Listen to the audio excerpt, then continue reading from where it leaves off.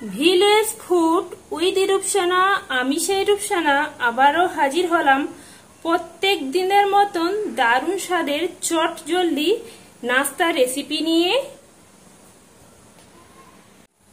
আসসালামু আলাইকুম দর্শক বন্ধুরা, আজকে রোজ জানাই দারুণ স্বাদের রেসিপিতে সকলকে স্বাগত। আজকের আমি একটা নাস্তা রেসিপি করে দেখাবো, আপনারা দেখতে থাকুন আমি এই নাস্তা রেসিপিটি কিভাবে তৈরি করতে থাকি। তার জন্য আমি এখানে নিয়েছি 2 বাটি আটা। আজকের আমি এই নাস্তাটা আটা দিয়ে তৈরি করব বন্ধুরা। এখানে আমি এই বাটি মেপে 2 বাটি আটা নিয়েছি। এবার আমি আটার মধ্যে স্বাদ মতো নুন অ্যাড করব আর দিয়ে দেব এখানে হাফ চা চামচ বেকিং পাউডার।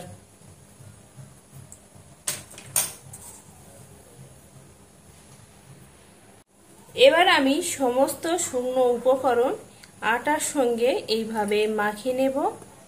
এই রেসিপিটা একদম চটজলদি রেডি করা যায় আর খেতেও বন্ধুরা একদম অসাধারণ হয়।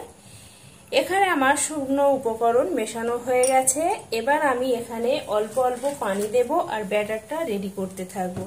একসাথে পানি দিতে যাবেন না, তাহলে ব্যাটারটা পাতলা হয়ে যাবে, তাহলে নাস্তাটা করার সময় খুবই অসুবিধা হবে।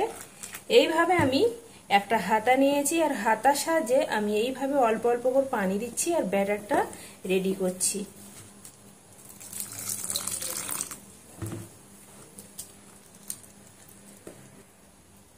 এখানে আমার চামচটা দিয়ে নাড়তে অসুবিধা হচ্ছিল, তাই বন্ধুরা আমি এখানে হাত দিয়ে এইভাবে ব্যাটারটা রেডি করে নিয়েছি। আর ব্যাটারটা ঠিক আমি হাত দিয়ে দেখাচ্ছি, ঠিক এইভাবে হবে, বেশি ঘন না আর বেশি পাতলাও নয়। আগে থেকে আমি একটা ফ্রাই প্যান বসিয়ে দিয়েছি আর ফ্রাই প্যানটা আমার এখানে গরম হয়ে গেছে। এখানে আমি সাদা তেল একদম অল্প পরিমাণে 1 চামচ মতন আমি এখানে অ্যাড করলাম। করে আমি খুন্তি দিয়ে এইভাবে কড়ার মধ্যে আমি চারিদিকে ছড়িয়ে দেব তেলটা। তেলটা আমার এখানে গরম হয়ে গেছে, একদম কিন্তু এটা অল্প তেল দিয়ে আমি করছি। এবার যে আগে থেকে ব্যাটারটা আমি রেডি করে রেখেছিলাম, সেই ব্যাটারটা আমি এখানে সমান মাপ করব বলে আমি এখানে একটা গোল হাতা নিয়েছি। আর এই গোল হাতার মধ্যে আমি ব্যাটারটা ঢেলে দিলাম।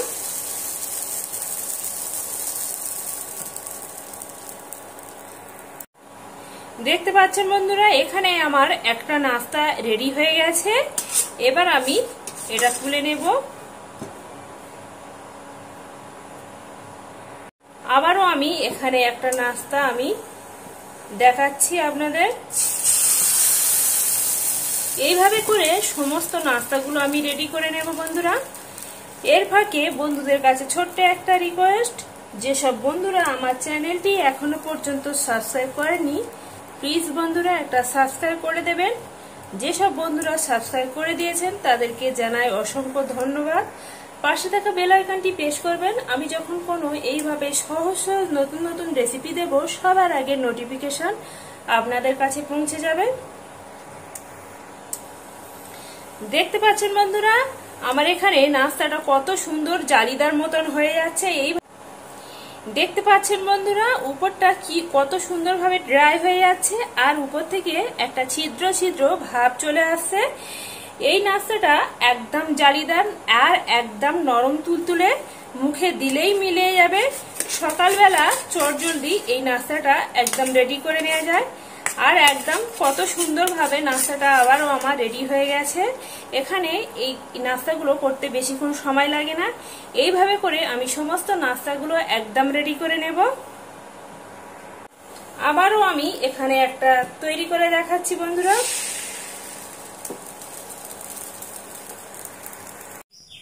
দেখতে পাচ্ছেন বন্ধুরা, আমি এখানে সমস্ত নাস্তাগুলো একদম রেডি করে নিয়েছি। এবার আমি একটা চাটনি বানিয়ে দেখাবো আপনাদের। চাটনিটা তৈরি করার জন্য আমি এখানে 2টো টমেটো নিয়েছি আর টমেটোগুলো আমি এইভাবে কেটে নিয়েছি।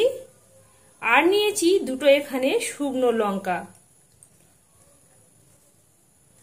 এবার আমি এই টমেটোগুলো ভেজে নেব একটু। একই ফ্রাই প্যানের মধ্যে আবারও আমি এখানে অল্প করে, একদম অল্প করে একটু তেল দিলাম।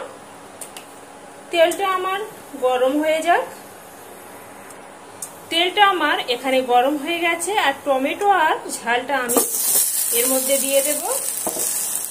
দিয়ে আমি এখানে অল্প একটু নুন দেব। নুনটা দিলে তাড়াতাড়ি টমেটোগুলো নরম হয়ে যায়। এবার আমি খুন্তি দিয়ে এইভাবে নুনের মধ্যে সমস্ত টমেটোগুলো মাখিয়ে নেব, আর টমেটোটা সুন্দরভাবে ভাজা করে নেব। টমেটোটা আমার এখানে ভাজা হয়ে গেছে। এবার আমি এটা নামিয়ে নেব। নামিয়ে নিয়ে এটা আমি সুন্দরভাবে পেস্ট করব। পেস্ট করে দেখাচ্ছি। একই কড়ার মধ্যে আবারও আমি এখানে অল্প একটু তেল দিয়ে দেব। এখানে আমি সর্ষের তেল অ্যাড করছি। তেলটা আমার এখানে গরম হতে থাক।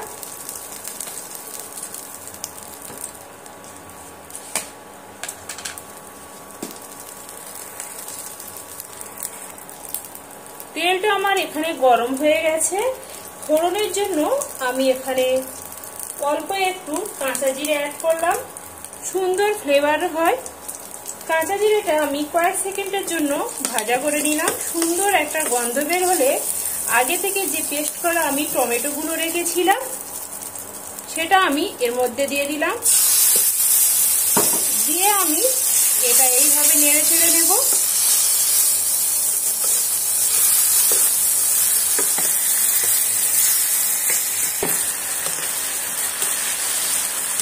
একদম বন্ধুরা, বাড়িতে থাকা অল্প উপকরণ দিয়ে ঝটপট এই নাস্তাটি বানিয়ে ফেলা যায়। আর এই নাস্তাটা টমেটোর চাটনি দিয়ে খুবই সুন্দর হয় বন্ধুরা। দেখতে পেলেন কিভাবে আমি এই চাটনিটা বানালাম। চাটনিটা এটা বেশিক্ষণ সময় লাগে না করতে। চাটনিটা আমার এখানে রেডি হয়ে গেছে। সুন্দর ফ্লেভারের জন্য আমি এখানে কিছু ধনেপাতা কুচিয়ে রেখেছিলাম, সেটা আমি এর মধ্যে দিয়ে দিলাম। দিয়ে আবারও আমি খুন্তি দিয়ে টমেটোর সঙ্গে এইভাবে মিশিয়ে নিলাম। এখানে আমি আর নুন অ্যাড করছি না, কারণ ভাজার সময় আমি নুন দিয়েছি।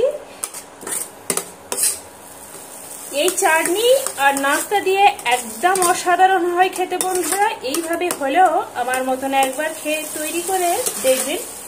খেয়ে আপনাদের কেমন লাগলো কমেন্ট বক্সে জানাতে একদম ভুলবে না বন্ধুরা। আশা করি আমার এই রেসিপিটা প্রত্যেক বন্ধুদের কাছে ভালো লাগবে, আর ভালো লাগলে একটা লাইক করতে ভুলবেন না। এখানে আমার চাটনিটা রেডি হয়ে গেছে। এবার আমি নামিয়ে নেব। বন্ধুরা, আমার এই নাস্তার রেসিপিটি যদি ভালো লেগে থাকে বন্ধুরা, একটা লাইক, কমেন্ট, শেয়ার করতে ভুলবেন না। আমার নতুন নতুন ভিডিও পেতে গেলে চ্যানেলটি সাবস্ক্রাইব করবেন বন্ধুরা, প্লিজ বন্ধুরা প্লিজ।